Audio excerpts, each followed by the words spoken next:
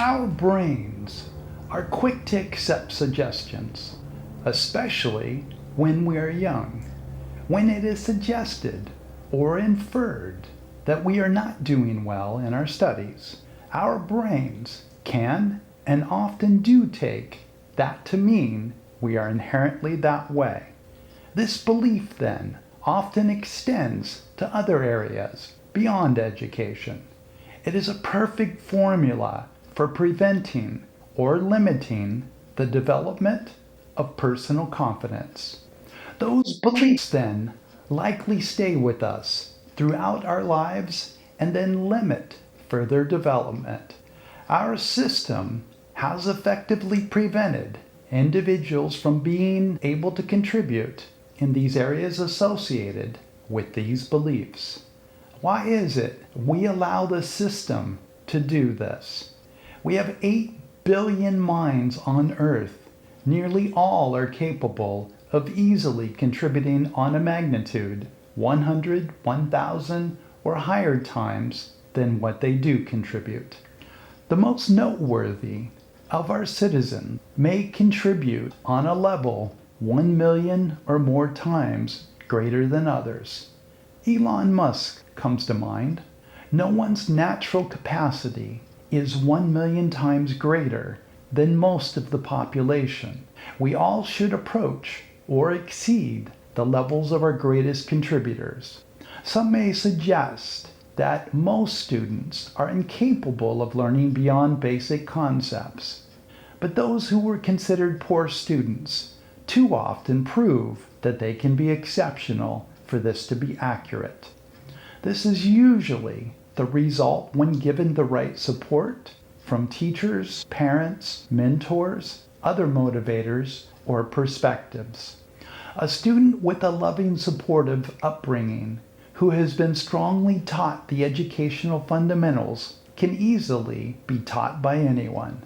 It is much easier to learn when one comes from such an environment. Those lacking this often take special skills and creativity to be able to teach them. They may not have developed the necessary learning skills and may be distracted easily. This might be the result of having a violent and chaotic home life lacking in support or care. Everyone is capable of learning far more, but our systems are not concerned about that. It is the educational system which failed to learn, failed to adjust, failed to realize what it could be. The system which so easily judges its students fails horribly in adjusting as it should. It also limits the range of what it teaches and has no interest in teaching much about life. But I am not just pointing a finger at the educational system. It is an overall societal problem. Catastrophe, really. We often blame teachers. Our system and we in society do not value our teachers the way we should. They are given limited resources and perhaps development. That is a travesty. Teaching the young should be supported by and an effort of the whole community. Ideas on improvement should constantly flow. Parenting should be taught and is not. Parents should be a critical part of a child's education, but often are not. Education should be enjoyable, but the system has not learned to make it that way for most. I have mentioned in another episode about many people who contributed the most to the world were deemed poor students early on, including Albert Einstein, Thomas Edison, Leonardo da Vinci, and on and on. What if the three were left behind like so many? Imagine what history would have lost. There are similar examples throughout the world and throughout history. We don't ask the question of how life can be better for everyone. We owe it to ourselves, our children, to mankind, for this world to be what it should. We settle far too easily. The first step is to ask how, and then to keep asking. We owe it to humanity to teach, to be involved with the children of our community. How many Edisons, Da Vincis, and Einsteins never developed because they were not properly educated? Had you been brought up in a more productive environment, been taught better, then almost assuredly you could have contributed far more to the world.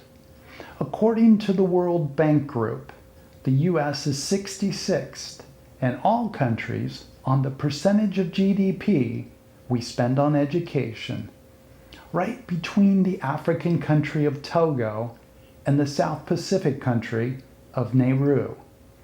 More important in the case of the U.S. is not throwing more money at the situation, but first becoming more efficient with the money that is given. Various sources give the number of students who attend Detroit public schools who will graduate to be around 25%. Or another way to look at it is a kindergartner there has less than a 25% chance at graduating from high school. Close to 50% of those who do graduate are functionally illiterate. That then means something like 1 in 8 kindergartners from Detroit public schools learn to read at a practical level. Is that efficiency? Also, these nearly 50% who graduate have done what they were asked to do for 13 years, and still most of them cannot read the simplest of newspapers.